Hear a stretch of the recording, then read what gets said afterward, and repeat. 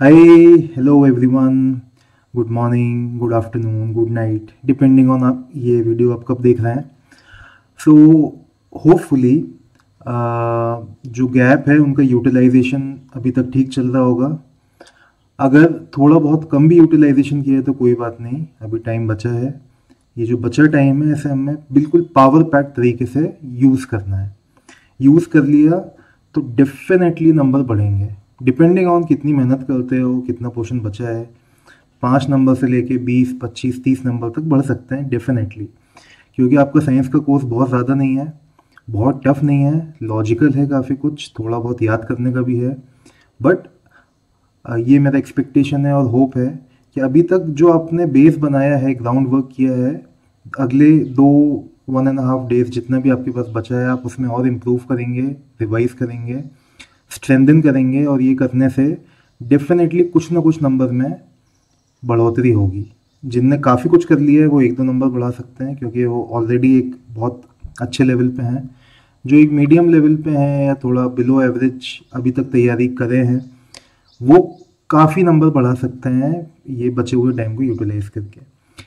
तो जैसा कि आपका केमिस्ट्री और बायोलॉजी का वीडियो कल रिलीज़ हुआ, आपने देखा, उससे फ़ायदा हुआ, कई लोगों ने डाउट्स पूछे, कई लोगों के कुछ टॉपिक मिसिंग थे जो कि इम्पोर्टेंट थे, वो कर पाए उसके थ्रू. सिमिलरली आज फिजिक्स का सेशन है, कोशिश करेंगे छोटे से छोटा रहे ताकि आपको पूरा दिन आपके रिवीजन के लिए मिल पाए.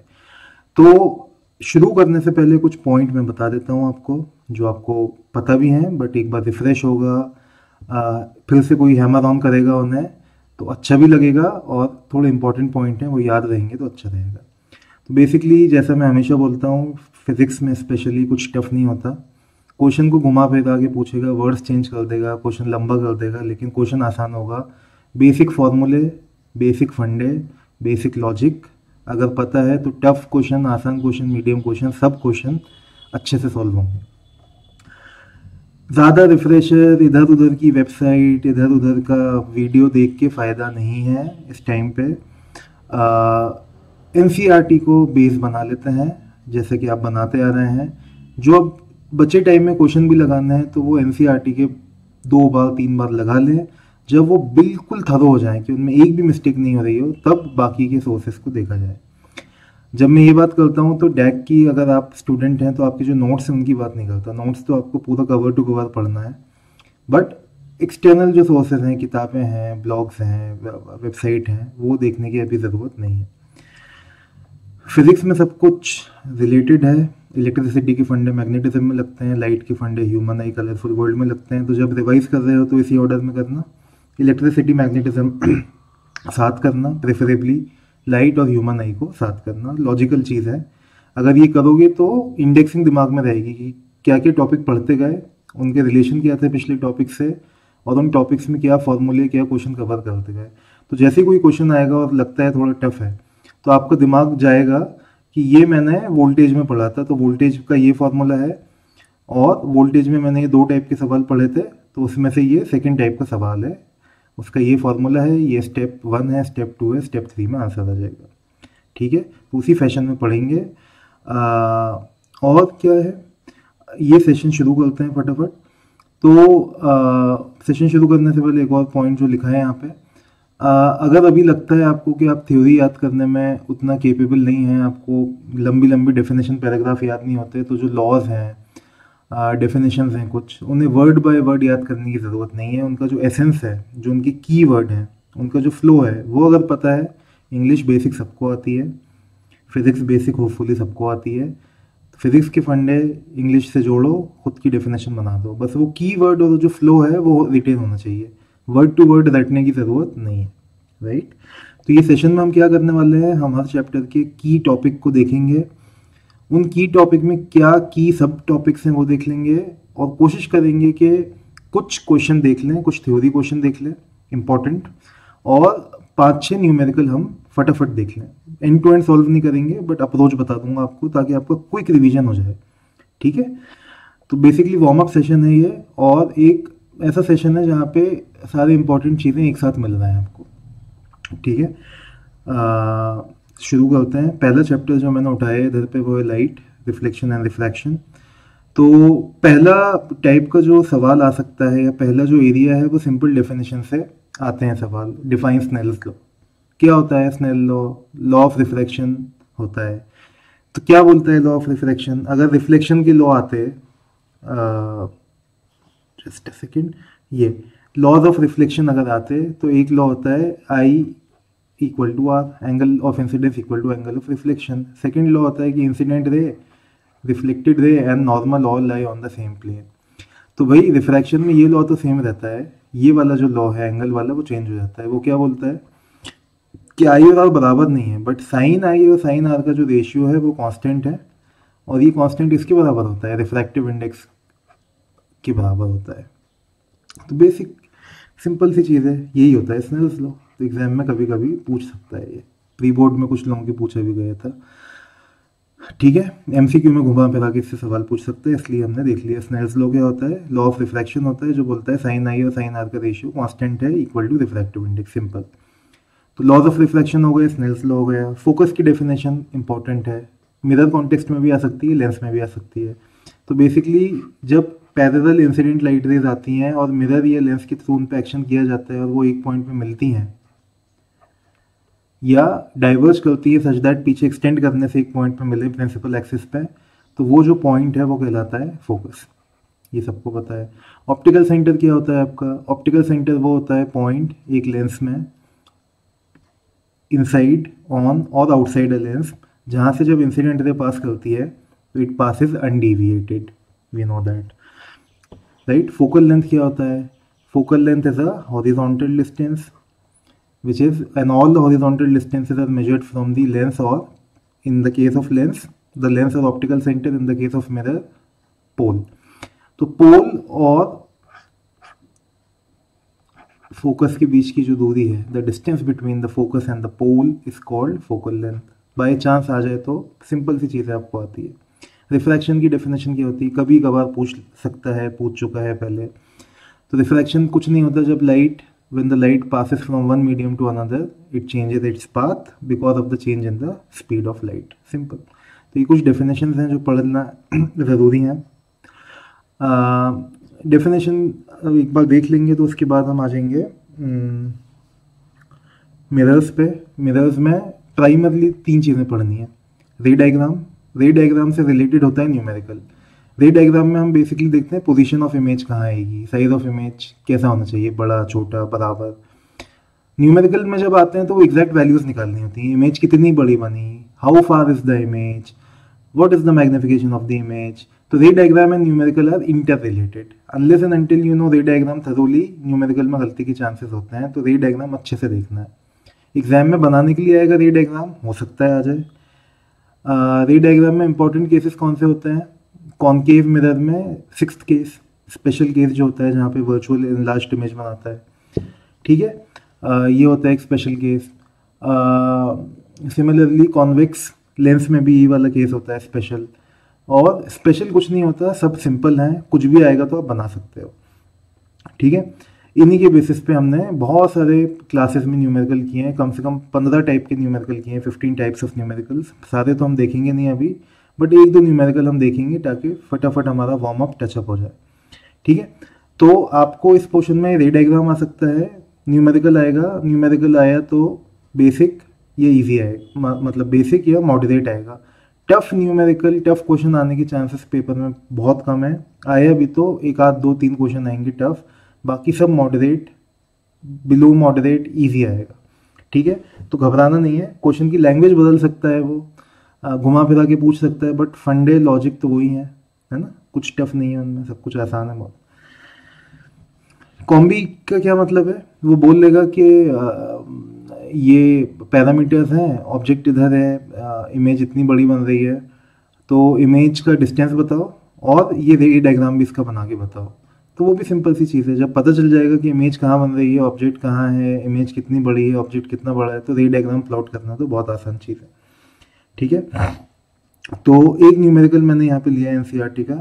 एक ऑब्जेक्ट है जो 4 सेंटीमीटर इन साइज है और 25 सेंटीमीटर दूर रखा है कॉनकेव मिरर से, जिसकी फोकल लेंथ हमें दी गई है। तो आप बताओ कि स्क्रीन कहाँ पे रखें ये स्पेशली क्वेश्चन लिया है ताकि इसमें ये फंडा कवर हो जाए। स्क्रीन रखने का मतलब रियल इमेज बन रही है, क्योंकि only real images are obtained on screens. Screen रखने का मतलब है आपको निकालना है इमेज डिस्टेंस कितना है, because image will be formed on the screen, right. तो if you find the distance of the screen you automatically find the distance of the image, correct. तो आपको क्वेश्चन 3-4 बार पढ़ो, जब तक क्रिस्टल क्लियर नहीं हो जाए क्या दिया है क्या पूछना है, तब तक क्वेश्चन पढ़ते रहो। ऑब्जेक्ट इतनी दूरी पे रखा है, ऑब्जेक्ट डिस्टेंस दिया है, ऑब्जेक्ट की ये है डिस्टेंस 25, ये ऑब्जेक्ट की हाइट है HO 4 सेंटीमीटर, है ना। कॉनकेव मिरर है, कभी कभी कॉनकेव मिरर कॉन्वेक्स मिरर की जगह डाइवर्जिंग कन्वर्जिंग की वर्ड भी यूज़ करते हैं वो लोग, तो उसका भी ध्यान रखना है। Concave is converging, convex is diverging mirror. Focal length आपको दी है F, है ना। जो जो दिया होता है न्यूमेरिकल में उनमें साइन हम लेते हैं। फोकल लेंथ दी है, कॉनकेव मिरर है, तो यहाँ पे हम नेगेटिव लेंगे जब आंसर में पुट कर रहे होंगे। ऑब्जेक्ट डिस्टेंस अगर दिया है तो हमेशा नेगेटिव पुट करते हैं हम न्यूमेरिकल में। हाइट ऑफ दी ऑब्जेक्ट हमेशा पॉजिटिव होती है, क्योंकि ऑब्जेक्ट हमेशा ऊपर होता है, तो ये पॉजिटिव लिया जाएगा। At what distance should the screen be placed, we need to find V। Nature क्या है, नेचर मतलब रियल इन्वर्टेड है या वर्चुअल इरेक्ट है, नेचर निकालो।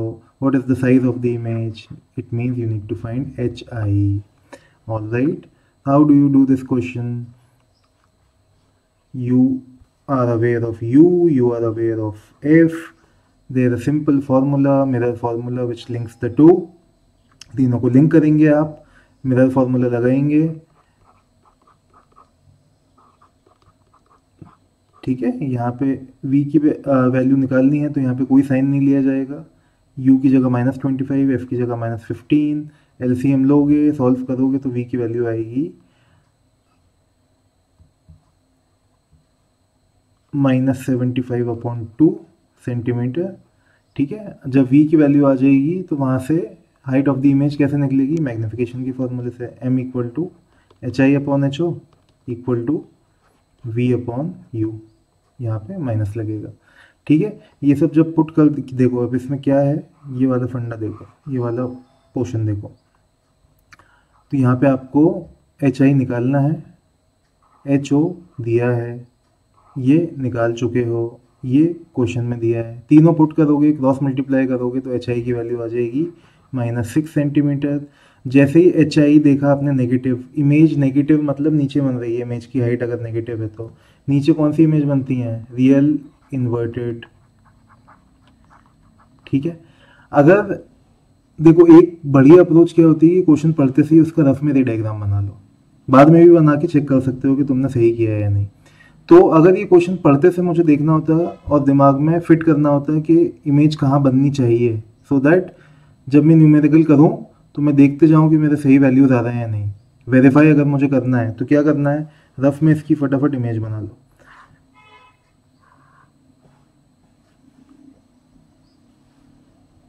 Concave mirror, principal axis, object is kept at 25 centimetre, focal length is 15 centimetre, तो radius of curvature या centre of curvature कहाँ होगा, 30 सेंटीमीटर पे, ठीक है। तो ये आपका C है, ये आपका F है, यहाँ पे ऑब्जेक्ट रखा है, तो ऑब्जेक्ट इज केप्ट एट या kept between centre of curvature and focus. तो जब C और F के बीच में ऑब्जेक्ट रखा होता है तो इमेज कहाँ बनती है, बियॉन्ड C इमेज बनती है enlarged, magnified, and image is real and inverted. बात आ रही है समझ।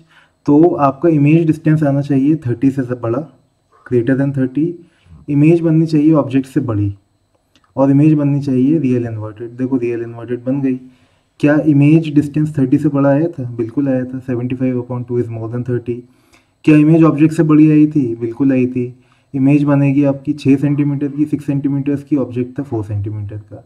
This is how you verify mirror और लेंस की न्यूमेरिकल्स। Is it clear? तो it is important to keep verifying कि आफ्टर एवरी स्टेप एक बार देख लो कि वो स्टेप में कैलकुलेशन सही किए हैं, फॉर्मूला सही लगाया है, ताकि जब बाद में पहुंचो और देखो कि पहले स्टेप में गलती थी, उसकी वजह से सारा कुछ गलत हो गया है, तो टाइम वेस्ट होगा। स्टेप करते जाओ, फॉर्मूला अप्लाई करते जाओ, देखते जाओ कि सही अप्लाई कर रहे हो नहीं। ठीक है। न्यूमेरिकल का दूसरा फंडा आगे एक बार और बताऊंगा। दूसरा फंडा ये है कि न्यूमेरिकल में you need to be very cautious of units. Answer में यूनिट लिखना है। You need to be cautious of plus and minus sign convention, and you need to be cautious of calculations. Silly calculation mistake की वजह से हमारे number नहीं कटने चाहिए। लॉजिक पता है, फॉर्मूला पता है, तो नंबर फुल आने चाहिए न्यूमेरिकल में, और आएंगे भी ऊपर वाले ने चाहा तो। Alright, this is clear.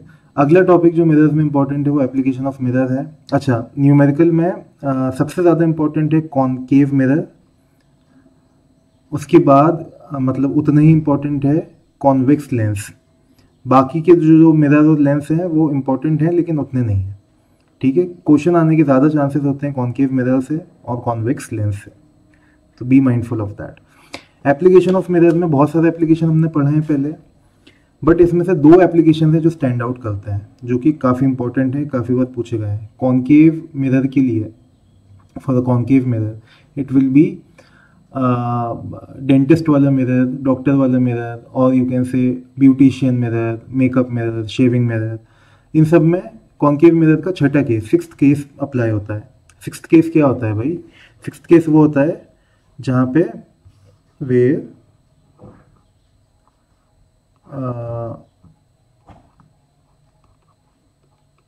Object is kept between F and P, है ना। स्पेशल केस होता है जब ये होता है, तो concave mirror forms a virtual and erect image inside the mirror. Virtual है तो इनसाइड होगी। Now the advantage here is कि अगर ये टीथ का इमेज बना रहे थे आपका dentist, so that he can see he और she can see an enlarged view to treat better, to diagnose better. तो व्हाट डज ही और शी नीड?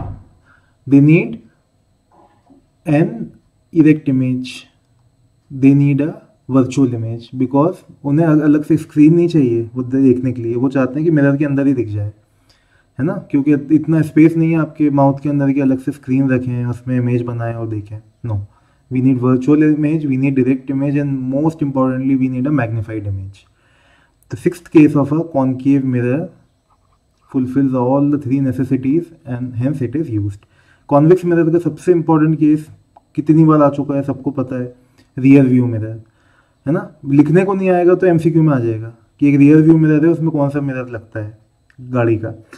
तो वहाँ पे रिक्वायरमेंट क्या है कि रेंज ऑफ विजन ज़्यादा हो, रेंज ऑफ व्यू ज़्यादा हो, ताकि छोटे से मिरर में काफ़ी बाहर का पीछे का एरिया दिख पाए।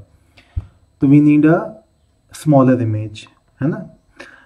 सेकेंड रिक्वायरमेंट इज इरेक्ट दिखे गाड़ी, पीछे से जो आ रही है वो उल्टी आती हुई नहीं दिखे, इरेक्ट दिखे।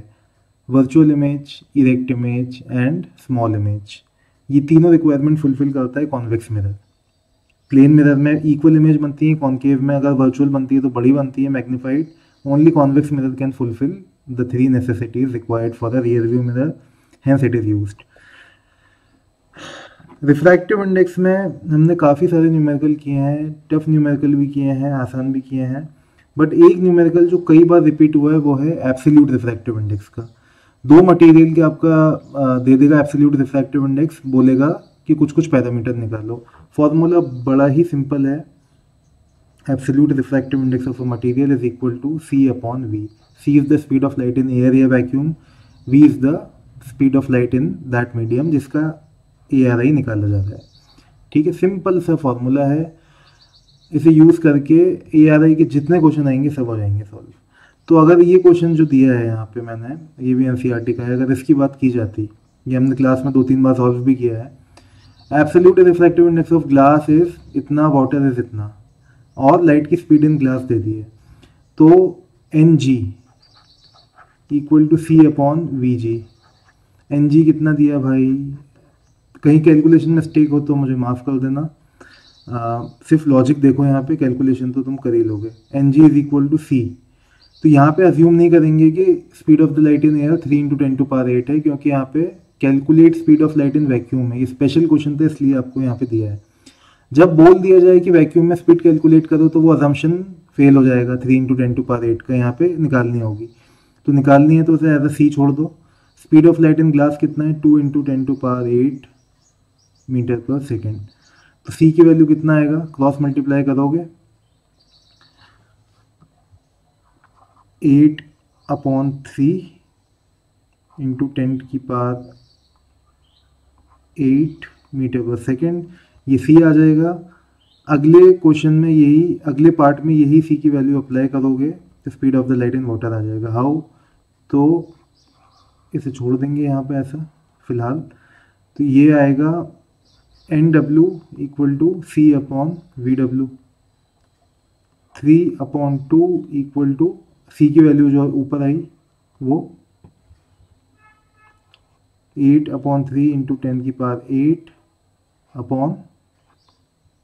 10⁸VW, ये निकालना है। क्रॉस मल्टीप्लाई करोगे, इसे उधर भेजो, इसे इधर भेजो, जो भी वैल्यू आएगी वो VW की होगी।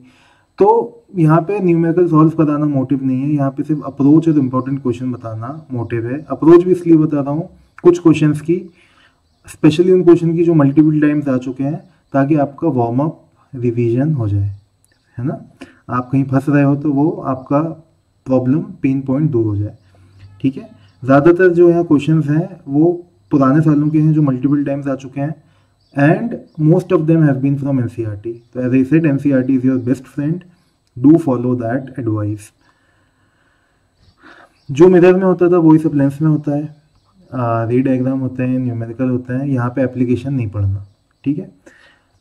और एक चीज़ सबको पता होगी अभी तक तो, कि जो कॉन्केव मिरर में होता है, जो केसेस होते हैं, जो बिहेवियर होता है, जो इमेज की पोजीशंस होते हैं, वही सब कॉन्वेक्स लेंस में होता है। जो कॉन्वेक्स मिरर में होता है वही सब कॉन्केव लेंस में होता है, ठीक है। क्योंकि मिरर आपको ज़्यादा अच्छे से समझ आता है, मिरर पहले पढ़ते हैं सब लोग, ज़्यादा पढ़ते हैं, इंट्यूटिवली आसान लगता है, तो वो रिलेट करना आसान होता है। जब लेंस का कोई क्वेश्चन सॉल्व कर रहे हो, कॉन्वेक्स लेंस का, तो ऑटोमेटिक दिमाग जाना चाहिए कि अगर ये कॉन्केव मिरर होता तो इमेज कहाँ बनती। तो दोनों को कोलैबोरेट कर लो और देख लो तुम्हारा आंसर सही आ रहा है या नहीं, ठीक है। तो यहाँ पे भी वही फंडा है, कॉन्वेक्स लेंस की क्वेश्चन ज़्यादा आते हैं as compare to concave lens, ठीक है। चांसेस काफ़ी हैं आने के, पहले कई बार आ चुके हैं। सिंपल क्वेश्चन आएगा, बहुत टफ क्वेश्चन नहीं आएगा। तो एक क्वेश्चन जो पहले आ चुका है NCERT बेस्ड, वो यहाँ पे मैंने मेंशन किया है। ऑब्जेक्ट की हाइट दी है 4 सेंटीमीटर, ऑब्जेक्ट 16 सेंटीमीटर दूर रखा है कन्वर्जिंग मिरर से, कन्वर्जिंग लेंस होना चाहिए, कन्वर्जिंग लेंस से ऑब्जेक्ट 16 सेंटीमीटर दूर रखा है। तो ये ऑब्जेक्ट डिस्टेंस आपको दे दिया, ठीक है। आपको अगेन वही सब बताना है, nature, position, size of the image, where should the screen be placed. जो ऊपर मिरर में किया है वही सब यहाँ पे लेंस में करना है। लेंस में फॉर्मूला होता है 1/v - 1/u = 1/f, ठीक है। तो ये सब तो आप सॉल्व कर लोगे, बट जैसे मैंने बोला, जैसे ही क्वेश्चन आए रे डायग्राम वाले, न्यूमेरिकल वाले, तो एक बार कॉपी में बना के देख लो कि इमेज कहाँ बननी चाहिए। तो देखो भाई, यहाँ पे फोकल लेंथ नहीं दी ना, तो यहाँ पे फोकल लेंथ थी से 25 सेंटीमीटर अगेन। तो यहाँ पे क्या होगा, और यहाँ पे लेटेस्ट से फोकल लेंथ हो जाएगी, हाँ 25 रखते हैं। तो आपका फोकस है 25 सेंटीमीटर दूर, आपको ऑब्जेक्ट रखा 16 सेंटीमीटर दूर, ठीक है। वो पूछ रहा है इमेज कैसी बनेगी, कहाँ बनेगी, कितने मैग्नीफिकेशन की बनेगी। तो यार ये तो केस देखते से ही मज़ा आ जाएगा सबको। ये फोकस है, ये ऑप्टिकल सेंटर है, ऑब्जेक्ट रखा फोकस और ऑप्टिकल सेंटर के बीच में, लेंस है convex lens. 6th case, special case, यहाँ पे क्या होगा, this is the only case where the convex lens will form a enlarged virtual, enlarged तो बनाता है virtual erect image which will be enlarged. तो कॉन्वेक्स में आपको पता है कि वर्चुअल इमेज कहाँ बनती है, कहाँ बनती है, on the same side of the lens, जहाँ ऑब्जेक्ट होता है वहीं पे बनती है वर्चुअल इमेज। तो यहाँ आपकी वर्चुअल इमेज बनेगी जो कि ऑब्जेक्ट से बड़ी होगी, है ना। तो लेंस और मिरर में ये देखो मैंने लिखा है आपके अंडरस्टैंडिंग के लिए। सिर्फ डिफरेंस ये होता है कि मिरर में जो रियल इमेज बनती है वो मिरर के सामने बनती है, वर्चुअल इमेज मिरर के पीछे बनती है। लेंस में उल्टा होता है, ऑब्जेक्ट की जो अपोजिट साइड होता है वहाँ पे रियल इन्वर्टेड इमेज बनती है, और ऑब्जेक्ट का जो सेम साइड होता है वहाँ पे वर्चुअल इरेक्ट इमेज बनती है।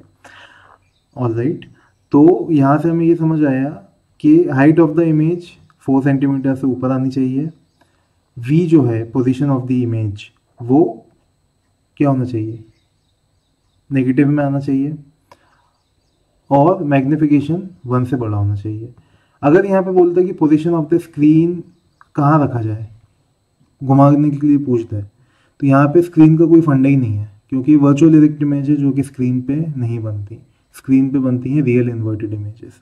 Alright, last type of question जो इंपॉर्टेंट आता है यहाँ से वो होता है पावर ऑफ लेंस का क्वेश्चन। उसमें 3 टाइप के क्वेश्चन आ सकते हैं। Definition of power, simple, power is the reciprocal of the focal length, और you can say power is the ability of a lens to converge और डाइवर्ज लाइट रेज। यूनिट क्या होता है, डायोप्टर। 1 डायोप्टर क्या होता है, पावर का formula, देखो भाई डेफिनेशन आएगी तो फॉर्मूला भी लिख देना साथ में, कंजूसी मत करना।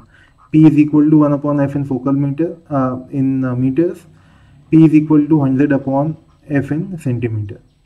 2 सेम फॉर्मूला हैं, सेंटीमीटर में यूज़ करना है तो ये कर लो, मीटर में करना है तो ये कर लो।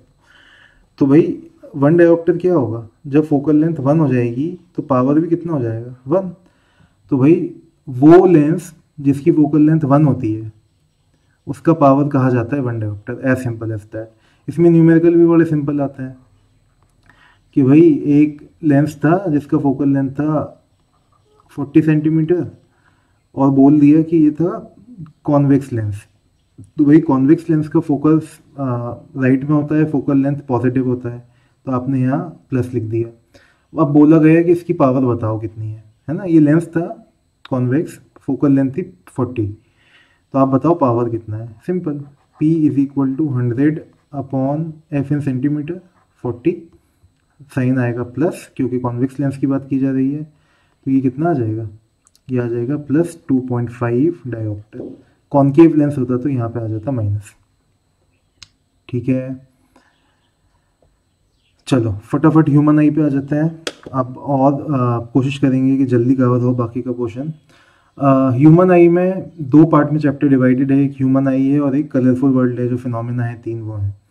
ठीक है भाई, तो ह्यूमन आई में 2 चीज़ें इंपॉर्टेंट होती हैं, डिफेक्ट में सबसे इंपॉर्टेंट मायोपिया, उसके बाद प्रेस बायोपिया, उसके बाद हाइपरमेट्रोपिया। और आई में इंपॉर्टेंट होता है कंस्ट्रक्शन में जो 3 4 5 की पार्ट्स हैं आई के, उनका एमसीक्यू में भी पूछ सकता है, 1 नंबर का सवाल भी पूछ सकता है, 3 नंबर के सवाल में 3 पार्ट का अलग अलग भी पूछ सकता है। तो सारे पार्ट जो 5-6 इंपॉर्टेंट हैं, 4-5 इंपॉर्टेंट हैं, वो पता होना चाहिए। तो ये क्वेश्चन देख लेते हैं पहले। कंस्ट्रक्शन में क्या बोलेगा भाई, कॉर्निया का फंक्शन क्या है। कॉर्निया आउटर मोस्ट पार्ट है आई का, जो बाहर है स्कल के, और ये मैक्सिमम अमाउंट ऑफ रिफ्लेक्शन कराता है, ये फंक्शन है। आइरिस और प्यूपिल का क्या फंक्शन है भाई, वो गेट कीपर्स हैं, अमाउंट ऑफ लाइट को कंट्रोल करते हैं। ठीक है, आइरिस के अंदर प्यूपिल है, प्यूपिल का साइज बड़ा छोटा होता है, तो उससे लाइट कितनी आई में जा रही है वो कंट्रोल होती है। रेटिना क्या है, रेटिना एक स्क्रीन है आई में, जहाँ पे फोटो सेंसिटिव सेल्स होते हैं, जहाँ पे लाइट अपना जहाँ पे इमेज बनती है।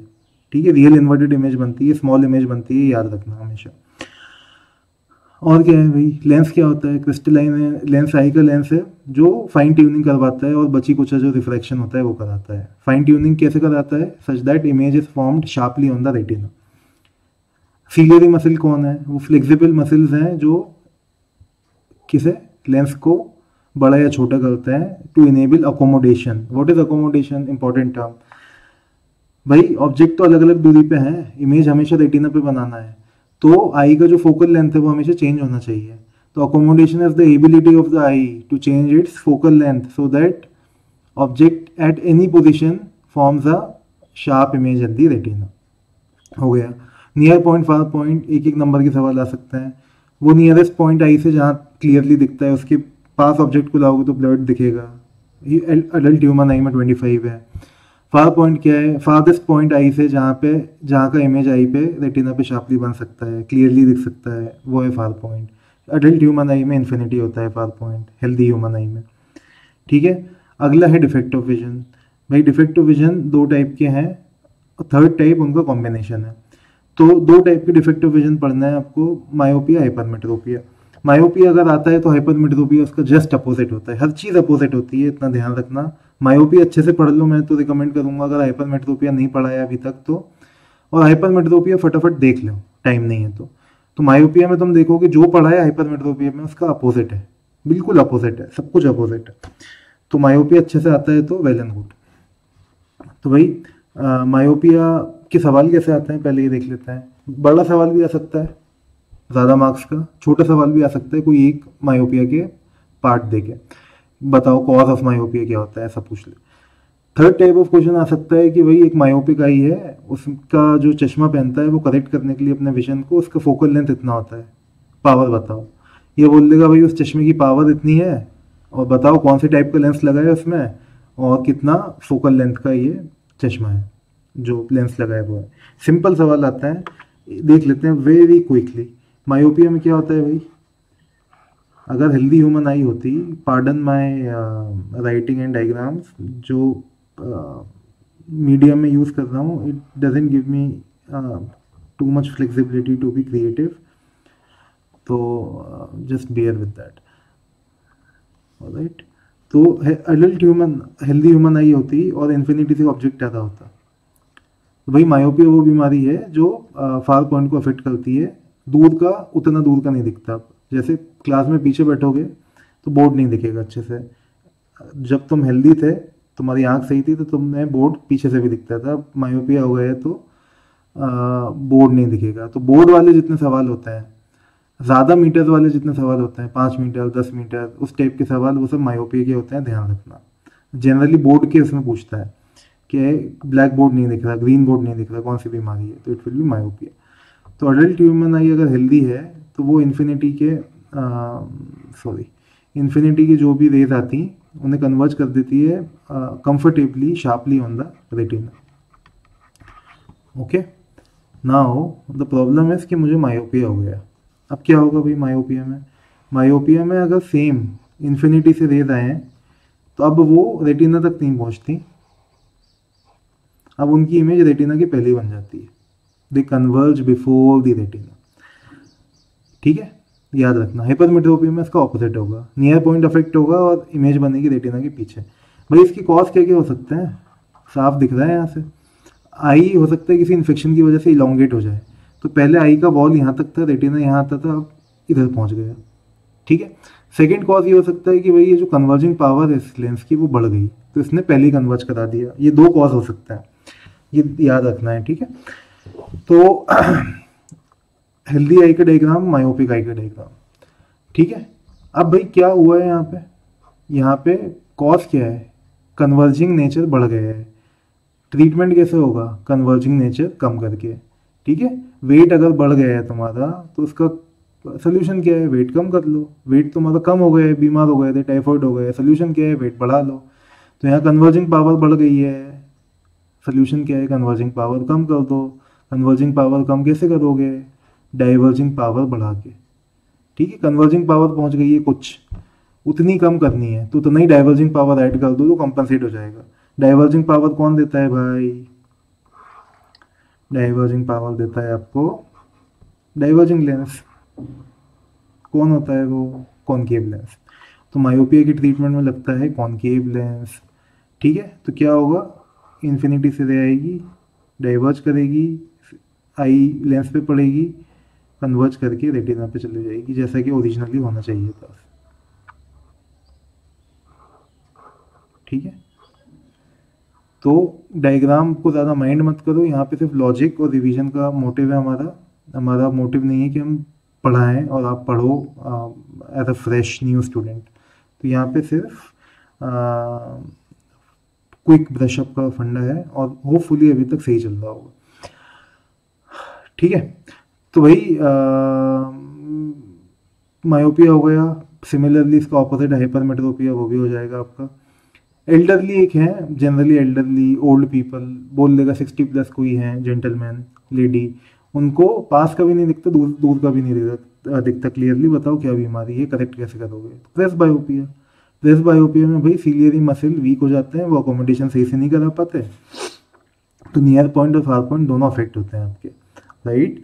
करेक्शन कैसे करोगे भाई, दोनों बीमारी हैं तो दोनों सोल्यूशन चाहिए, है ना। यहाँ का सोल्यूशन भी चाहिए मायोपिया का कॉनकेव लेंस, और हाइपरमेट्रोपिया का भी सोल्यूशन चाहिए कॉन्वेक्स लेंस। तो जब दोनों लेंस मिला के एक नया लेंस बनता है जिसमें दोनों लेंस होता है, उसे बोला जाता है बाईफोकल लेंस। बाईफोकल चश्मा पहना जाता है प्रेसबायोपिया को करेक्ट करने के लिए। ठीक है भाई, ये भी हो गया। सिमिलरली इससे रिलेटेड पावर के अगेन क्वेश्चन यहाँ पे पूछे जाता है कि भाई nature and power of a lens बताओ उस विजन को करेक्ट करने के लिए जहाँ पे नियर बाय ऑब्जेक्ट क्लियरली नहीं दिखते।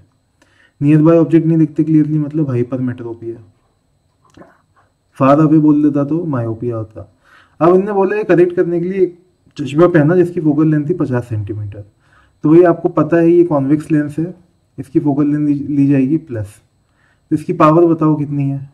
तो P is equal to 100/50, 2 dioptre plus 2 dioptre. Power का चश्मा पहनेंगे तो हाइपरमेट्रोपिया इन जेंटल मैन या वुमेन को करेक्ट हो जाएगा। चैप्टर के सेकंड पार्ट में अगर आ जाए which is what phenomena, colourful world वाली चीज़ें, उसमें 3 टाइप के फिनोमेना पढ़ने होते हैं, scattering of light, dispersion of light और atmospheric reflection. Dispersion of light में भाई डेफिनेशन पढ़ लेना एक बार, प्रिज्म का डायग्राम ज़रूर देख लेना। स्पेक्ट्रम ऑफ लाइट क्या होता है वो तो पता ही है, 7 कलर का बैंड, वो एक आधे लाइन की डेफिनेशन है उसकी, वो सब ज़रूर देख लेना। और रेनबो फॉर्मेशन ज़रूर देख लेना, ये सवाल रेनबो वाला कई बार पूछा जा चुका है पहले। और डिस्पर्जन में डेफिनेशन भी पूछते हैं, क्या होता है dispersion, splitting of white light into 7 constituent colours. क्यों होता है डिस्पर्जन, क्योंकि एक मीडियम के अंदर हर कॉन्स्टिट्यूएंट कलर अलग अलग स्पीड से चलता है ना, अलग स्पीड होने की वजह से उनकी पाथ भी अलग हो जाता है और वो अलग अलग कलर की बैंड दे देते हैं। ठीक है, ये हो गया। डिस्पर्जन का एप्लीकेशन क्या होता है, फॉर्मेशन ऑफ रेनबो। तो रेनबो अगर आता है 3 नंबर का तो क्या करोगे, उसमें स्ट्रक्चर कैसे रखोगे आंसर का, पहले तुम बताओगे डिस्पर्जन की डेफिनेशन, फिर तुम बनाओगे रेनबो का डायग्राम, मतलब वाटर ड्रॉपलेट का डायग्राम जहाँ पे तुम डिस्पर्जन होता हुआ दिखाओगे, है ना। फिर तुम उसकी लिखोगे थ्योरी 1 या 2 पैराग्राफ में कि रेनबो में क्या हो रहा है। 3 नंबर का सवाल आएगा तो ये करोगे, 1 नंबर का आएगा तो 2 लाइन में लिख दोगे कि it is due to dispersion of light, water droplet में घुसता है पानी सनलाइट, तो ये होता है, उसकी वजह से हमें 7 कॉन्स्टिट्यूएंट कलर्स दिखने लगता है। ठीक है, 2 नंबर का आएगा तो डायग्राम बनाओगे और 3-4 लाइन की उसकी 3 लाइन की थ्योरी लिख दोगे, 2 लाइन की। बात आ रही है समझ। एटमॉस्फेरिक रिफ्लेक्शन और स्कैटरिंग में उतना डेफिनेशन पे फोकस नहीं रखना है, बेसिक सबको पता है, बाय चांस पूछ ले तो लिख तो दोगे, बट यहाँ पे एप्लीकेशन ज़्यादा इंपॉर्टेंट है। एटमॉस्फेरिक रिफ्लेक्शन की 2 इंपॉर्टेंट एप्लीकेशन है, ट्विंकलिंग ऑफ द स्टार, है ना, क्योंकि एयर डायनेमिक होती है, मूव होती रहती है, तो स्टार हमें ट्विंकल होता हुआ दिखता है। और स्टार अपने रियल पोजीशन पे नहीं दिखता, एपरेंट पोजीशन पे दिखता है, क्योंकि लाइट बेंड होके आती है, उसकी वजह से हमें लगता है स्टार ऊपर है, एपरेंट पोजीशन पे। सेकंड है सनलाइट मतलब डे लाइट, तो एडवांस्ड सनराइज, डिलेड सनसेट, इसकी वजह से ऑन एन एवरेज 4 मिनट का डे लाइट बढ़ जाता है एक दिन में। ठीक है, अगेन क्योंकि सनलाइट बेंड होके आ रही होती है तो हमें लगता है सन अभी भी ऊपर है होराइजन के, तो 2 मिनट तक दिखता रहता है डूबने के बाद भी। ये होगा atmospheric reflection.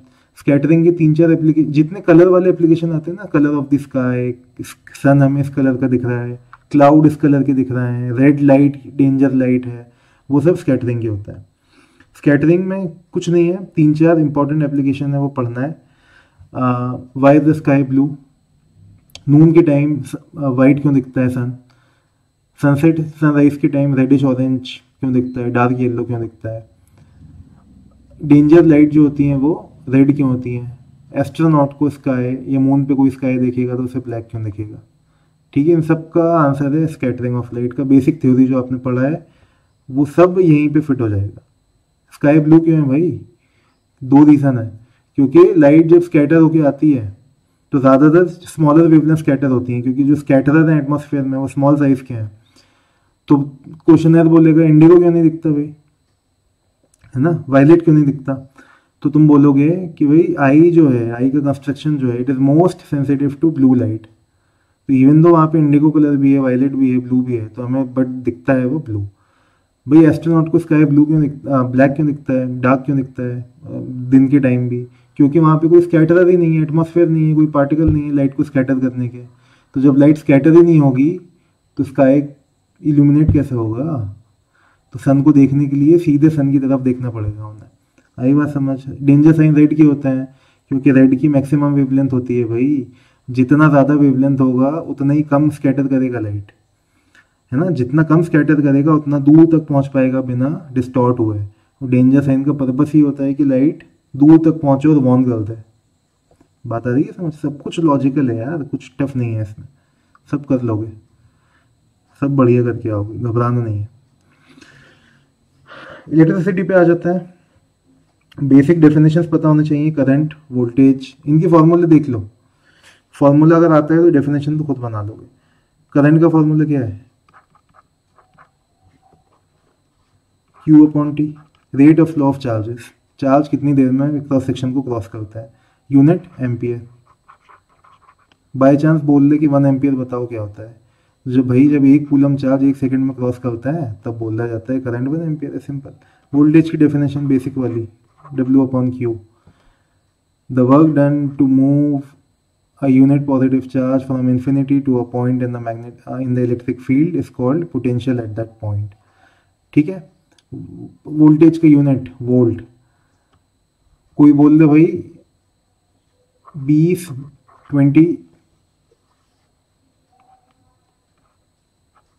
Joule of work is done to move 5 coulomb charge from one point to another. इन दो पॉइंट के बीच में वोल्टेज बताओ कितना है, तो your answer would be 20/5, 4 volt. बात आ रही है समझ? वोल्टेज कैसा यूनिट? वोल्ट, जैसे बताया। ओहो, ओम्स लॉ। ओम्स लॉ तो सब जगह है भाई, सब जगह ओम्स लॉ ही ओम्स लॉ है। क्योंकि आपने देखा है इलेक्ट्रिसिटी में जितने क्वेश्चन आते हैं उनमें से ज़्यादातर में ओम्स लॉ लगता है कहीं ना कहीं, कई क्वेश्चन में तो मल्टीपल टाइम्स लगता है ओम्स लॉ। ओम्स लॉ की डेफिनेशन आनी चाहिए, तो मैं फॉर्मूला आना चाहिए और ग्राफ आना चाहिए। बात आ रही है समझ? डेफिनेशन आधी लिख के कोई आया तो डांट खाएगा। तो डेफिनेशन सिर्फ इतनी नहीं होती, V proportional to I, the current flowing through a conductor is directly proportional to the voltage applied across the end. ये तो आधी डेफिनेशन है, बाकी आधी कौन लिखेगा? बाकी आधी क्या है? Provided length, area and temperature of the conductor remain the same. Graph कैसा बनेगा? स्ट्रेट लाइन, ठीक है। VI ग्राफ है, स्ट्रेट लाइन है। अगर ये ग्राफ दे दे, दो ग्राफ दे दे, बोला 2 कंडक्टर का है, बताओ किसका रेजिस्टेंस ज़्यादा है, तो क्या करोगे? VI अगर इस टाइप का ग्राफ है तो स्लोप देता है रेजिस्टेंस। स्लोप मतलब ये एंगल, जिसका एंगल ज़्यादा है, जिसका स्लोप ज़्यादा है, उसका रेजिस्टेंस ज़्यादा होगा। तो R1 would be greater than R2। बात आई समझ? एक टेबल बना दे, बोले प्लॉट करो। टेबल में ऐसे दे दे V और I की वैल्यू, V कुछ कुछ दे दे, I कुछ कुछ दे, तो सिंपल जैसे ग्राफ प्लॉट करते हो वो करोगे। बोलेगा R की वैल्यू बताओ, तो कोई भी दो ऐसे लो V और I का पेयर, दोनों को डिवाइड कर दो, क्योंकि R क्या होता है? V upon I, V equal to IR होता है। तो यहाँ से एक V की वैल्यू उठाओ, उसकी करस्पॉन्डिंग I की वैल्यू उठाओ, दोनों को डिवाइड कर दो, R आ जाएगा, सिंपल। बोले एक्सपेरिमेंटली बताओ, तो कुछ नहीं करोगे। NCERT में जो एक्सपेरिमेंट है जहाँ पे एक रियोस्टेट बैटरी के थ्रू कनेक्टेड है, बल्ब वगैरह कुछ है ना, रियोस्टेट लगा है, एमीटर लगा है, ये सब लगा है, उसमें क्या करते जाते हैं हम, या तो वोल्टेज की वैल्यूज चेंज करते जाओ, उसकी करस्पॉन्डिंग आई निकाल लो, या रियोस्टेट की वैल्यू चेंज करते जाओ, उसकी करस्पॉन्डिंग V और I को प्लॉट करो। तो जो भी NCERT में दिया है हमें, हम वो एक बार फटाफट ग्राफ ये देख लेंगे, डायग्राम। बाय चांस अगर एक्सपेरिमेंट बोल देता है, बाय चांस, लो चांसेस, तो ये वाला NCERT में जो भी आपका डायग्राम बना है वो प्लॉट करके हम आ जाएंगे। सीरीज पैरेलल, भाई सीरीज पैरेलल के तो हमने कितने क्वेश्चन किए हैं? 50 क्वेश्चन किए होंगे, सब टेस्ट और क्लास में मिला के ज़्यादा ही किए होंगे। तो सीरीज पैरेलल में भी 3-4 टाइप के क्वेश्चन आते हैं। एक तो आता है कि इक्विवेलेंट निकालो, कुछ अतरंगी सर्किट दे देगा, इधर उधर से जोड़ जाड़ के, बहुत टफ नहीं आएगा। रिफ्रेशर मत खोलना है इसमें, रिफ्रेशर में तो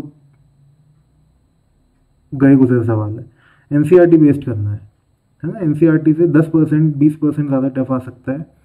रिफ्रेशर, रैंडम रिफ्रेशर उठा के मत करना, ये वाले सवाल स्पेशली बोल रहा हूँ, फंस जाओगे। एक सवाल में तुम्हारा 2-3 घंटा लग जाएगा। एग्जाम में टफ सवाल, कॉम्प्लिकेटेड बहुत सवाल इसका नहीं आता है, बेसिक लॉजिकल सवाल आता है। तो भाई इसमें 3-4 टाइप के सवाल आते हैं। एक तो आते हैं इक्विवेलेंट निकाल दो। एक आएगा कि ये 3 रेजिस्टर्स हैं, इनका मैक्सिमम कितना है, इनके थ्रू मिनिमम कितना मैक्सिमम कितना ऑब्टेन हो सकता है। एक आएगा ये 3 रेजिस्टर्स हैं, 4 रेजिस्टर्स हैं, बताओ इनको कैसे कनेक्ट करें कि एक्स अमाउंट ऑफ रेजिस्टेंस है, कैसे कनेक्ट करें कि वाई अमाउंट ऑफ रेजिस्टेंस है। ठीक है, तो ये कुछ टाइप के सवाल मैंने यहाँ लिख रखे हैं फ्रॉम एनसीईआरटी, उन्हें देख लेते हैं क्योंकि इनमें से कुछ कुछ सवाल बीच बीच में आते रहते हैं। भाई क्या है ये सवाल, पैरेलल में कनेक्टेड है ये रेजिस्टेंसेस, 1 ओम का, 106 ओम का, फिर 1 ओम का, 103 ओम का और 106 ओम का। जज the equivalent resistance from the, अच्छा सॉरी यहाँ पे करेक्ट करो, ये है that's what I was thinking. तो दिस इज 1 ओम एंड 10⁻6 ओम, 106 नहीं है वो। तो अब बोल रहा है कि जब 1 ओम और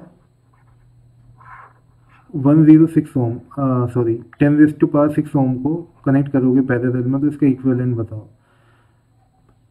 अगर तुम ये फॉर्मूले से करने बैठ गए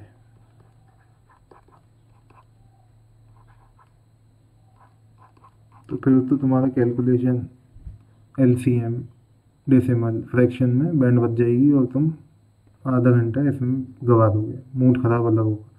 ये सब नहीं करना है इसमें। पैरेलल का सिंपल फंडा होता है भाई, जो स्मॉलर रेजिस्टेंस है ना पैरेलल में, इक्विवेलेंट उससे भी छोटा आता है, जो स्मॉलेस्ट है उससे भी छोटा आता है। यहाँ पे स्मॉलर कौन है 1 और 10⁻6 में स्मॉल कौन है 1, तो यहाँ पे सिर्फ तुम लिखोगे तो the equivalent would be lesser than 1 ohm, that's it, solve नहीं करना है इसमें। बी है 1 ओम का है, 10⁻3 ओम का है, 10⁻6 ओम का है, पैरेलल में कनेक्टेड है। क्या होगा स्मॉलेस्ट से भी छोटा, यहाँ पे भी equivalent would be lesser than 1 ohm, that's it. बोल देता है ये पहले वाले क्वेश्चन में बोल देता है ये पैरेलल की जगह सीरीज में है, तो आंसर क्या होता, आंसर तब रहता है 10⁻6 ही रहता, क्योंकि भाई 10⁻6 तो इतना बड़ा नंबर है, उसमें एक ऐड कर दोगे तो कोई फर्क नहीं पड़ेगा, उतना ही रहेगा।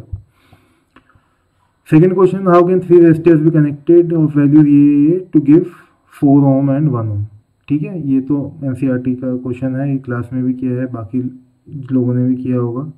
तो यहाँ पे सीरीज पैरेलल कॉम्बिनेशन का एक बनता है सर्किट, उसके थ्रू सॉल्व होता है। थर्ड क्वेश्चन है, हाईएस्ट और लोएस्ट इन पर्टिकुलर रेजिस्टर से कैसे निकाल सकते हो तुम। हाईएस्ट कब आएगा, जब सीरीज में कनेक्ट कर दोगे सबको। लोएस्ट कब आएगा, जब सबको पैरेलल में कनेक्ट कर दोगे, एज सिंपल एज दैट। ठीक है, फिर आपके क्वेश्चन आते हैं सर्किट बेस्ड, ज़रूर एक ना एक क्वेश्चन किसी न किसी फॉर्म में आता है ये वाला। तो कुछ नहीं होता इसमें, है ना, इसमें घुमाता फिराता है कि 4 रेजिस्टर बना देगा, 6 रेजिस्टर बना देगा, इसका वैल्यू बताओ, उसका वैल्यू बताओ। कॉपी जो लोग पढ़े हैं वैसे क्लासरूम में, उनको तो मैंने स्टेप बाय स्टेप लिखवाए कई सवाल, बाकायदा लेबल करके, स्टेप 1, स्टेप 2, स्टेप 3। बाकी लोग भी देख लें ध्यान से, बहुत क्विकली बता रहा हूँ मेथड। ठीक है, अब सॉल्व नहीं करूँगा पूरा, बता दूंगा करना क्या है। तो भाई देखो, इन क्वेश्चन में 2 टाइप की चीज़ें निकालनी होती हैं, 3 टाइप की। एक निकालना होता है इक्विवेलेंट रेजिस्टेंस, क्योंकि बिना उसके आगे गाड़ी नहीं बढ़ेगी, मुश्किल है आगे बढ़ना। इक्विवेलेंट रेजिस्टेंस आ जाता है तो सर्किट का नेट करंट आ जाता है। जब एक बार नेट करंट आ जाता है तो जो ब्रांचेज में करंट है ना वो निकालना, ब्रांचेज में वोल्टेज निकालना, ये सब हो जाता है आसान। तो अगेन मैंने एनसीईआरटी का क्वेश्चन लिया है, इसमें इसने बोला है कि भाई टोटल रेजिस्टेंस बताओ सर्किट का और टोटल करंट बताओ। ठीक है, और ये 12 वोल्ट की बैटरी है, 12 volt is the voltage of this battery. What do you have, first of all you label all the resistors. यहाँ तो इन्होंने कर दिया है, but if not then you read the circuit very quickly in your answer sheet and you label them so that you can refer them very easily later on. There are 5 resistors R1 to R5 है। Alright, now आप numerical attempt करते time 2 चीज़ों का ध्यान रखोगे। एक तो language use करना है, वर्ड्स यूज़ करना है, और ये समझना है कि टीचर को कुछ नहीं आता। टीचर को आपका काम है समझाना, आप उसके टीचर हो जब ये लिख रहे हो तो आप बताओगे, क्या बताओगे, there are 2 parallel combinations here, one of R1 R2, one of R3 R4 R5, and these 2 combinations are in series, जैसे ही तुमने ये लिखा टीचर को समझ आ जाएगा ऐसे तो आता है, तो टीचर ऑटोमेटिकली लीनियंट हो जाएगी, उसका बायस इस तरफ हो जाएगा कि ऐसे तो आता है, तो आगे का वो फटाफट देखते जाएगी, उसे ठीक ठाक दिखता जाएगा तो फाइनल आंसर देखेगी, फॉर्मूले देखेगी तुमने लिखे या नहीं, तुम्हें फुल नंबर दे देगी। बात आई समझ। स्टेप बाय स्टेप न्यूमेरिकल करना है। लेंस और मिरर वाले में given to find formula used लिखना ज़रूर। तुम मान लो अनफॉर्चुनेटली बॉर्डर लाइन पे हो, पास होने से 1 नंबर कम है तुम्हारा, 2 नंबर कम है, टीचर ने देखा यार इसने तो स्ट्रक्चर लिखा है फॉर्मूला भी लिखा है, तो फॉर्मूले के वो आधे नंबर की जगह 1 नंबर हो सकता है दे दे तुम्हें, बोल दे स्ट्रक्चर आता है स्ट्रक्चर के नंबर दे दे तुम्हें, वो बोले यार इसने कुछ तो रिलेटेड लिखा है उसके नंबर दे दे तुम्हें। बोर्ड में मोटिव नहीं होता तुम्हें फेल करना, अनलेस एंड अनटिल तुम ब्लंडर करके आए हो, कुछ अनफोर्सीन सिचुएशन हो गई तभी फेल हो गए। बोर्ड में मोटिव होता है सबको पास करना, ज़्यादा से ज़्यादा लोगों को पास करना, फेल करना मोटिव कभी नहीं होता है, ध्यान रखना। तो अगर बॉर्डर लाइन पे कोई अनफॉर्चुनेटली है तो ये ढंग से लिख के फॉर्मूले लिख के एक्सप्लेन करके वो आराम से पास हो सकता है, ये ध्यान रखना है। तो वही इस क्वेश्चन में क्या करोगे, तुमने लिख दिया ये 2 पैरेलल कॉम्बिनेशन है, तो इन 2 पैरेलल कॉम्बिनेशन को पैरेलल का फॉर्मूला लगा के सॉल्व करोगे, दोनों की वैल्यू आएगी। अगर 3 नंबर का सवाल है तो फिर इसका इक्विवेलेंट सर्किट भी बना देना। इक्विवेलेंट सर्किट में क्या दिखेगा, एक इधर दिखेगा रेजिस्टर, एक इधर दिखेगा, और यहाँ पे जो आपकी बैटरी है वो दिखेगी। एक का आया 8 ओम, एक का आया 10 ओम, फिर तुम लिख दोगे कि ये दोनों अब हैं सीरीज में, और आपका नेट इक्विवेलेंट आएगा 10 + 8 = 18 ओम। क्वेश्चन में सेकंड पार्ट इसने बोला कि टोटल करंट जो बैटरी से एमिट हुआ है निकला है वो बताओ। तो अब देखो इसका अगर फर्दर इक्विवेलेंट बनाया हमने तो कैसा बनेगा, ये बैटरी, ये रेजिस्टर 18 ओम का, 12 वोल्ट का, ओम्स लॉ लगाओ भाई, V पता है टोटल, R पता है टोटल, करंट आ जाएगा V = I है, 12 = I × 18, I 12/18 2/3 0.67 एम्पियर। ठीक है, ठीक है। इसी क्वेश्चन में बोल देता घुमाने के लिए कि एमीटर की रीडिंग बताओ, तो एमीटर में कौन सा करंट घुस रहा है भाई, टोटल करंट, तो एमीटर की भी रीडिंग आती है 0.67 एम्पियर। बात आ रही है समझ। इस टाइप से घुमा फिरा के पूछ सकता है, फंडे क्लियर हैं तो ये सारे क्वेश्चन हो जाएंगे सॉल्व। ठीक है। इलेक्ट्रिसिटी में और क्या आता है, रेजिस्टिविटी वाले क्वेश्चन आते हैं 2 टाइप से। R = ρL/A वाला आ जाएगा फंडा, है ना। इसमें बोल देगा कि ये है जैसे रेडियस इतना है इस वायर का, रेजिस्टेंस इतना है, लेंथ इतना है, बताओ कि इसकी रेजिस्टिविटी कितनी होगी। तो यहाँ पे रेडियस दिया है, बस ध्यान रखना है कि ये मीटर में कन्वर्ट करना है यूनिट, ऐसा यूनिट में नहीं है ये। दूसरा ध्यान ये रखना है कि रेडियस ये फॉर्मूले में अप्लाई नहीं होता है, यहाँ पे एरिया अप्लाई होता है। तो वायर सर्कुलर है, वायर का क्रॉस सेक्शन, तो सर्किल का एरिया का फॉर्मूला अप्लाई करके एरिया निकालोगे, यहाँ पुट करोगे, L दिया है आपको, R दिया है, क्रॉस मल्टीप्लाई करोगे 2 आ जाएगा। एक तो इस टाइप के सवाल होते हैं। सेकेंड टाइप के सवाल ये होता है कि वायर को एक्सटेंड कर दिया, खींच दिया, स्ट्रेच आउट कर दिया, ये वायर को मेल्ट करके वो घुमा दिया, मतलब क्या बोलेंगे वैसे, मेल्ट करके रीड्रॉ कर दिया। तो बताओ नया वायर का और ओल्ड वायर का रेजिस्टेंस का रेशियो बताओ, है ना। इस टाइप के सवाल भी आते हैं, क्लास में बहुत किए हमने। इनमें कुछ नहीं होता, फंडा एक लगता है सिंपल। एक तो ये पहले केस में ये अप्लाई करो, नया रेजिस्टेंस R' मान लो, उसका फॉर्मूला देखो, रो तो चेंज होगा नहीं, मटेरियल सेम है, ये है, दोनों को निकालना है और दोनों को डिवाइड करना है रेशियो निकालने के लिए। अब क्वेश्चन ये है कि नया लेंथ और नया एरिया आएगा कैसे। नया लेंथ तो उसने दे दिया, ड्रॉन टू हाफ लेंथ, तो L' तो आ गया L/2। तुम बोलोगे कि नया एरिया कैसा आएगा, तो भाई लॉजिकली तो ये होता है कि वॉल्यूम दोनों को कंपेयर किया जाता है, प्रीवियस वॉल्यूम = न्यू वॉल्यूम, क्योंकि जो अमाउंट ऑफ मटेरियल है वो तो उतना ही है, वॉल्यूम तो उतना ही है। जब ये करते हो तो नया एरिया तुम्हारा आता है 2 है, ठीक है। तो ये है एक्चुअल मेथड करने का। अगर ये 1 नंबर का सवाल आता है तो सिंपली अगर लेंथ आधी हो गई तो एरिया डबल मान लेना, लेंथ डबल हो गई तो एरिया नया हाफ हो जाएगा। ठीक है। बट अगर सॉल्व कर रहे हो 3 नंबर का सवाल सॉल्व कर रहे हो बकायदा, तो ये वाला लॉजिक लगाना ज़रूरी है। The old volume and new volume is the same, तो A L equal to A dash L dash, तो A dash equal to 2a, ये वाला एक स्टेप दिखाना ज़रूरी है। नया एरिया आ गया 2a, नया लेंथ है l/2, पुट करोगे इधर तो ये आएगा 1/4 ऑफ r। तो आप बोलोगे कि 1/4 हो गया ओरिजिनल रेजिस्टेंस, 20 ओम था, 20/4 हो गया, नया रेजिस्टेंस है 5 ओम। जूल्स लॉ ऑफ हीटिंग बड़ा इंपॉर्टेंट है। जूल्स लॉ ऑफ हीटिंग में क्या बोलता है वो? जूल्स लॉ ऑफ हीटिंग में वो बोलता है आपको दो चीज़ें, डेफिनेशन पूछ लेता है define joules law of heating, या न्यूमेरिकल दे देगा, इतना करंट है, इतना रेजिस्टेंस है, इतने टाइम में फ्लो हो रहा है करंट, हीट बताओ कितना डिसिपेट हुआ। सिंपल फंडा है। जूल्स लॉ ऑफ हीटिंग होता है H=I²RT। और हीटिंग इफेक्ट ऑफ करंट बोले तो सिंपल होता है, जब करंट किसी भी कंडक्टर में मटेरियल में पास होता है तो हीट जनरेट करता है, हीट में कन्वर्ट हो जाती है इलेक्ट्रिक एनर्जी, ये होता है heating effect of current. Joules law of heating आगे बढ़ के इसका एक्सप्रेशन भी दे देता है, H is directly proportional to I square, H is directly proportional to R, H is directly proportional to time, H is directly proportional to I²RT, ये expression हो गया। इसका एप्लीकेशन क्या होता है भाई? इसका एप्लीकेशन होता है फ्यूज़ में अप्लाई होता है, वो डिवाइसेस जहाँ पे इलेक्ट्रिसिटी के लिए कोई चीज़ हीट की जाती है through a electric element, like heater, toaster, hair dryer, ये सब में जूल्स लॉ ऑफ हीटिंग या हीटिंग इफेक्ट ऑफ करंट का एप्लीकेशन यूज होता है। इलेक्ट्रिक पावर P=VI, यूनिट होता है just like every other power watt, ठीक है। इसके बेसिस पे भी एक आध नंबर का सवाल आ सकता है कि इतना वोल्टेज है, इतना करंट है, बताओ पावर कितनी है। Commercial unit of energy kWh पे सवाल जनरली अगर आया तो आएगा कि एक फ़ैन है घर में, एक ट्यूबलाइट है, दोनों का इतना कंजम्पशन है, इतने घंटे चलते हैं, बताओ कितना बिल आएगा।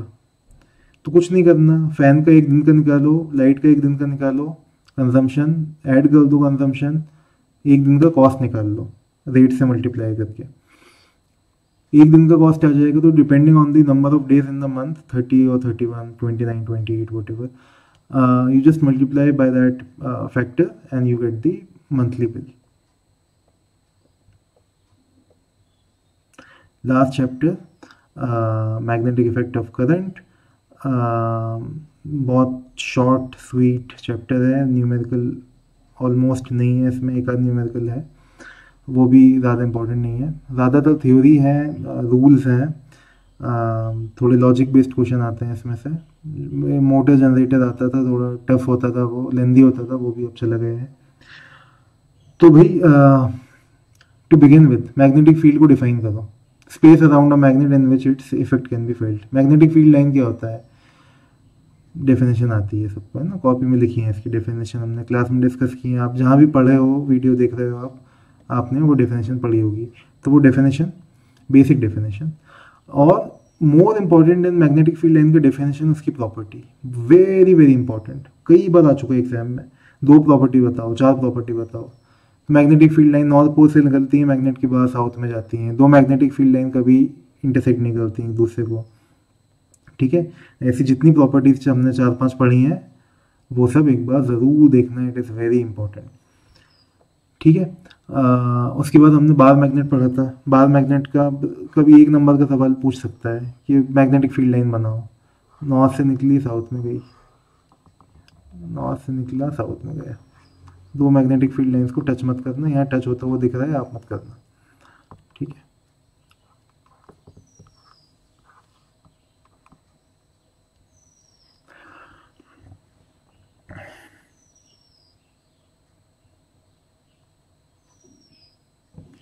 ठीक है,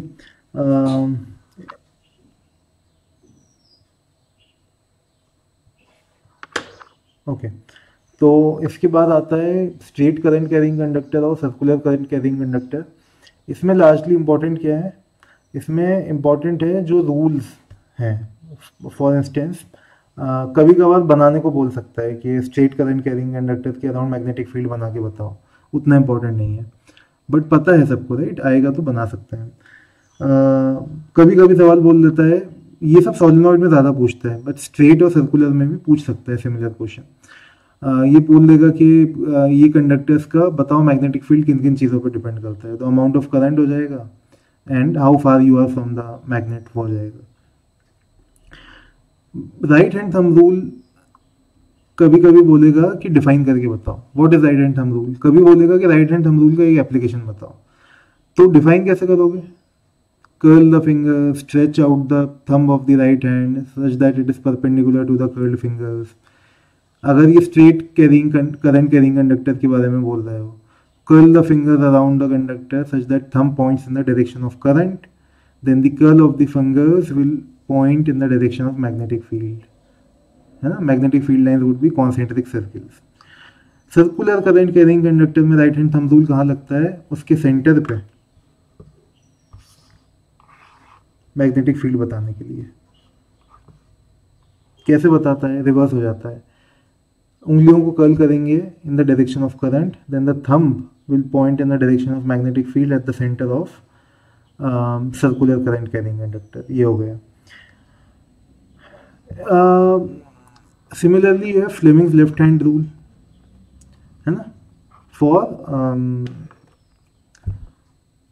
force on a current carrying conductor when placed in a magnetic field. तो क्या होता है भाई? डेफिनेशन भी पूछ सकता है, एप्लीकेशन भी पूछ सकता है। पिछले कुछ सालों से एप्लीकेशन काफ़ी पूछ रहा है इसके, एनसीईआरटी में भी 2-3 क्वेश्चन। तो भाई क्या होता है, ये लेफ्ट हैंड के thumb, four finger, centre finger को स्ट्रेच आउट करो such that they are mutually perpendicular to each other. Four finger gives the direction of field, magnetic field, centre finger gives the direction of current, then the thumb will give the direction of force on the current carrying conductor. तो ये तो definition हो गई, definition भी आ सकती है, but उसमें application base पे पूछ सकता है कि यार ये प्रोटॉन की बीम है, प्रोटॉन्स हैं, पॉजिटिवली चार्ज पार्टिकल हैं, अल्फा पार्टिकल भी बोल सकता है, ये लेफ्ट टू राइट जा रहा है, ये राइट टू लेफ्ट जा रहा है, ठीक है, और एक्सटर्नल मैग्नेटिक फील्ड इन पे लग रही है ऊपर से नीचे या नीचे से ऊपर। बताओ भाई इन पे मैग्नेटिक फोर्स लगेगा क्या कोई? अगर लगेगा तो किस डायरेक्शन में लगेगा? तो जिस भी डायरेक्शन में प्रोटॉन जाता है, पॉजिटिव पार्टिकल जाते हैं, उसी डायरेक्शन में होता है current. You have the direction of current, you have the direction of magnetic field, you can easily find the direction of force. इस टाइप के क्वेश्चन एग्जाम में आ रहे हैं, आ सकते हैं, एनसीईआरटी वाले तो ज़रूर देख के जाना। Then solenoid is very very very very important. इस चैप्टर से अगर कोई एक चीज़ आनी है तो वो सोलेनॉइड में से कुछ ना कुछ आएगा। And when I talk about solenoid I also talk about electromagnets. Solenoid क्या होता है? Long helical shaped piece of copper, insulated copper having many turns, generally tightly bound, ठीक है। तो ये सोलेनॉइड होता है। जब इसमें करंट पास होता है तो it behaves like a magnet, it behaves like a bar magnet. Solenoid के अंदर जो मैग्नेटिक फील्ड लाइंस होती हैं उनकी प्रॉपर्टी ये होती है, they are straight, uniform, strong. तो जब भी ये मैग्नेटिक फील्ड के अंदर एक सॉफ्ट आयरन कोर रखते हैं तो इट बिकम्स मैग्नेटाइज्ड, है ना, and it is called electromagnet. अभी इलेक्ट्रोमैग्नेट की क्या क्या एप्लीकेशन होते हैं? रेडियो, स्पीकर, डिवाइसेस में, अलग अलग डिवाइसेस में काम आता है, क्रेन्स में यूज़ होता है हेवी मेटल को उठाने के लिए, ठीक है। बहुत सारे डिवाइसेस में यूज़ होता है। दो हम एग्जाम्पल जो हमने पहले भी पढ़े हैं वो रिवाइज करेंगे। भाई एक बार मैग्नेट और सोलेनॉइड में क्या फ़र्क है? 3-4 प्राइमरी फ़र्क है। बार मैग्नेट का पोलैरिटी चेंज नहीं होती, सोलेनॉइड की पोलैरिटी करंट को चेंज करके चेंज हो जाएगी। बार मैग्नेट को स्ट्रॉन्ग या वीक नहीं कर सकते, है ना, उसका स्ट्रेंथ फिक्स रहेगा। सोलेनॉइड या इलेक्ट्रोमैग्नेट में करंट बढ़ा के कम करके, टर्न्स बढ़ा के कम करके उसकी स्ट्रेंथ को चेंज कर सकते हैं। बार मैग्नेट को डीमैग्नेटाइज करना है तो हैमर या हीट करना पड़ेगा। सोलेनॉइड को डीमैग्नेटाइज करना है तो करंट कट ऑफ कर दो। बात आ रही है समझ? तो ये वाला पोर्शन भी काफ़ी इंपॉर्टेंट है, solenoid and everything related to solenoid, ठीक है। सोलेनॉइड ड्रॉ करना है तो बार मैग्नेट जैसी उसकी मैग्नेटिक फील्ड लाइंस बन जाएंगी। डिफाइन करना है तो डेफिनेशन बता दी हमने। किन किन चीज़ों पे सोलेनॉइड का डिपेंड करता है strength? number of turns, length of the solenoid, amount of current in the solenoid, है ना. We all know these basic things. Basic ही आएगा, लेकिन बहुत इंपॉर्टेंट है सोलिनॉइड, कुछ ना कुछ आने के फुल चांसेस है. लास्ट पोर्शन हमारे 4 चैप्टर्स में, डोमेस्टिक इलेक्ट्रिक सर्किट. इसमें सबसे डायग्राम एक बार देख लेना, लेफ्ट टू राइट क्या होता है, सप्लाई साइड क्या होता है और फिर कंजम्पशन साइड क्या होता है. सिंपल है, 4-5 चीज़ें ही हैं, बट उससे ज़्यादा इंपॉर्टेंट प्रोटेक्शन और फॉल्ट. फॉल्ट में 2 चीज़ें, शॉर्ट सर्किट और what, short circuit and overloading. Overloading कब होता है, जब एक सॉकेट में बहुत सारे डिवाइस कनेक्ट कर दोगे तो बहुत ज़्यादा करंट ड्रॉ करने लगेगा, और वो जो आपका वायर है उसका उतना कैपेसिटी नहीं है, तो वो मेल्ट हो जाएगा, जल जाएगा. शॉर्ट सर्किट क्या होगा, live wire, neutral wire insulation break होने की वजह से, किसी फॉल्ट की वजह से मिल जाएंगे, तो बहुत कम रेजिस्टेंस के पाथ में बहुत ज़्यादा करंट फ्लो होने लगेगा, उसकी वजह से बहुत ज़्यादा हीट जनरेट होगी, तो either the wires will melt और you will have a case of fire, right. इसका प्रोटेक्शन कैसे किया जाए, प्राइमरली फ्यूज़ और अर्थिंग यूज़ करके घर में करते हैं. फ्यूज़ क्या होता है, based on heating effect of current एक वायर होता है, पर्टिकुलर रेटिंग का होता है, उससे ज़्यादा अगर उसमें करंट पास होता है तो एक अमाउंट से ज़्यादा हीट जनरेट होती है and the fuse wire melts. Fuse wire melt होता है तो सर्किट ब्रेक हो जाता है और हमें प्रोटेक्शन मिल जाता है, करेक्ट. आगे की डिवाइसेस हमारे सारे बच जाते हैं. व्हाट इज़ अर्थिंग, जो excessive metal body of appliance में लीकेज करंट अगर कभी किसी फॉल्ट की वजह से चले गए, तो अर्थिंग के थ्रू हम एक safe high conductive path provide करते हैं, ताकि जब हम टच करें उस अप्लायंस को तो हमारे बॉडी के बजाय, instead of our body, the current passes through the earth wire to a plate embedded deeply into the ground. This is earthing. Simple 2 number का सवाल आ सकता है अर्थिंग का, ठीक है. तो this is it. more than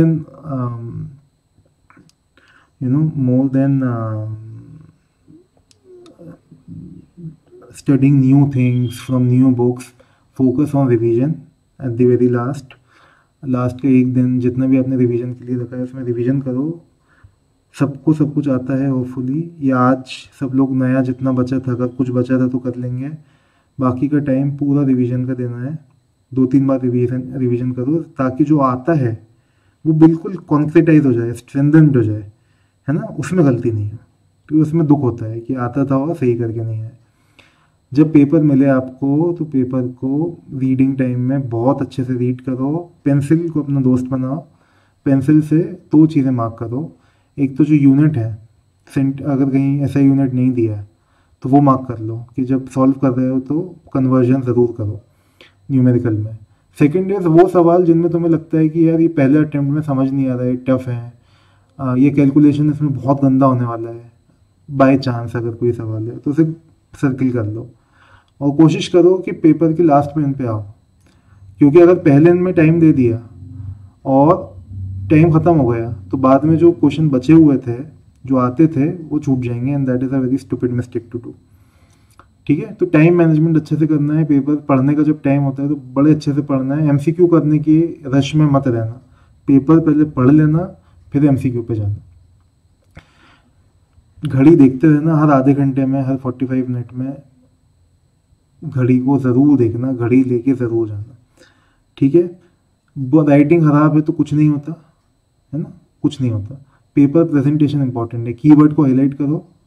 teacher के पास इतना टाइम नहीं है कि आपका पूरा कॉपी इतने पेजेस का, और वो दिन भर चेक करती है, तो इतना टाइम नहीं है कि वो एक एक लाइन पढ़े. और हो सकता है इतना मेंटल कैपेसिटी नहीं हो, मेंटल फटीग हो गया हो.